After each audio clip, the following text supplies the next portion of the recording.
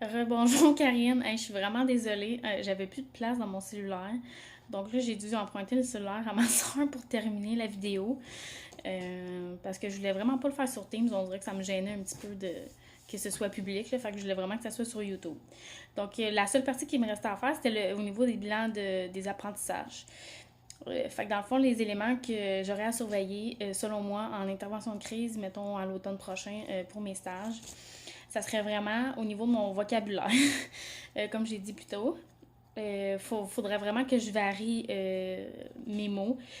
Faudrait que je réussisse à explorer plus au niveau du passé et au niveau des émotions de la personne pour vraiment réussir à nommer vraiment l'émotion que la personne va vivre.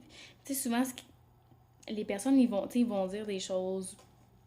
C'est vraiment, je veux vraiment, tu sais, comme réussir à mettre le mot ou vraiment la compréhension en lien avec ce qu'elle dit au-delà de juste les mots, tu sais. Fait que vraiment, à ce niveau-là, j'aimerais ça explorer plus pour vraiment être plus consciente et avoir une meilleure perception de ce que la personne vit.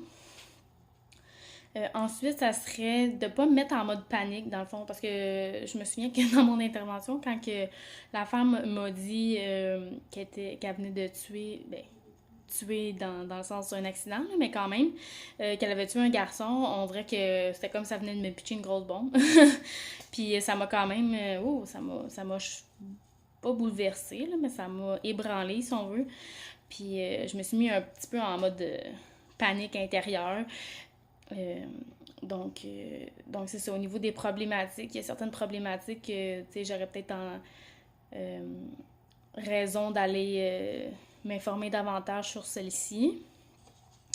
Puis sinon, ce que je pourrais rajouter aussi, ça serait que je dois vraiment aussi me poser, dans le fond, puis justement de ne pas être dans un état de panique, parce que dans le fond, la personne, c'est elle qui est censée être en panique, donc c'est pas moi. Mais c'est sûr que je dis pas que je suis en méga panique, mais juste d'être vigilante par rapport à des situations qui pourraient m'ébranler ou quoi que ce soit. Donc, de vraiment permettre à la personne de ventiler puis de rester calme à l'intérieur de ça.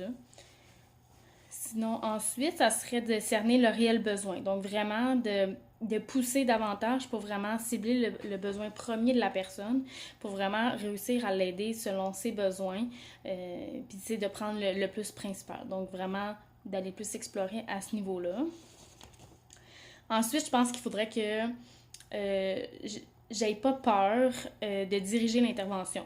T'sais, de me faire confiance, puis de me permettre de m'imposer quand c'est nécessaire, puis de ne pas me gêner à ce niveau-là, parce que c'est quand même, il faut que la personne aussi se sente en sécurité, si on veut, en sachant qu'on est là pour l'accompagner, puis que on va lui offrir les outils nécessaires pour l'accompagner puis l'aider dans son processus. Donc, il ne faut pas que j'aie peur de ça. Puis, il faut que je me fasse confiance. Sinon, évidemment, la gestion du stress, ça, c'est quelque chose que je pense que je vais toujours avoir à travailler, puis qu'on a pas mal tous un peu à travailler. Mais ça, c'est quelque chose que j'aimerais, surtout dans des interventions en situation de crise, c'est quand même quelque chose qui peut susciter plus de stress, surtout au début, comme quand tu interviens. Je me dis qu'avec l'expérience, tu as des moyens pour gérer ça. Fait que, éventuellement, ça va sûrement être moins pire, si on veut.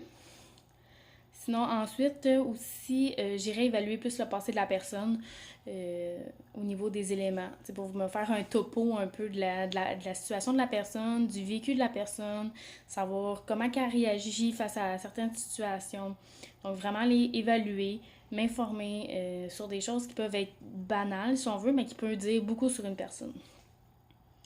Et sinon, je terminerai avec le fait de faire des silences, de ne pas avoir peur, justement, de faire des silences, parce qu'on dirait qu'au début, on a tendance à tout le temps vouloir parler, mettre le mot sur quelque chose, poser des questions pour démontrer qu'on est intéressé, mais en même temps, il y a beaucoup de situations, surtout en intervention de crise, qui a rien à dire sauf d'écouter puis de laisser la personne ventiler.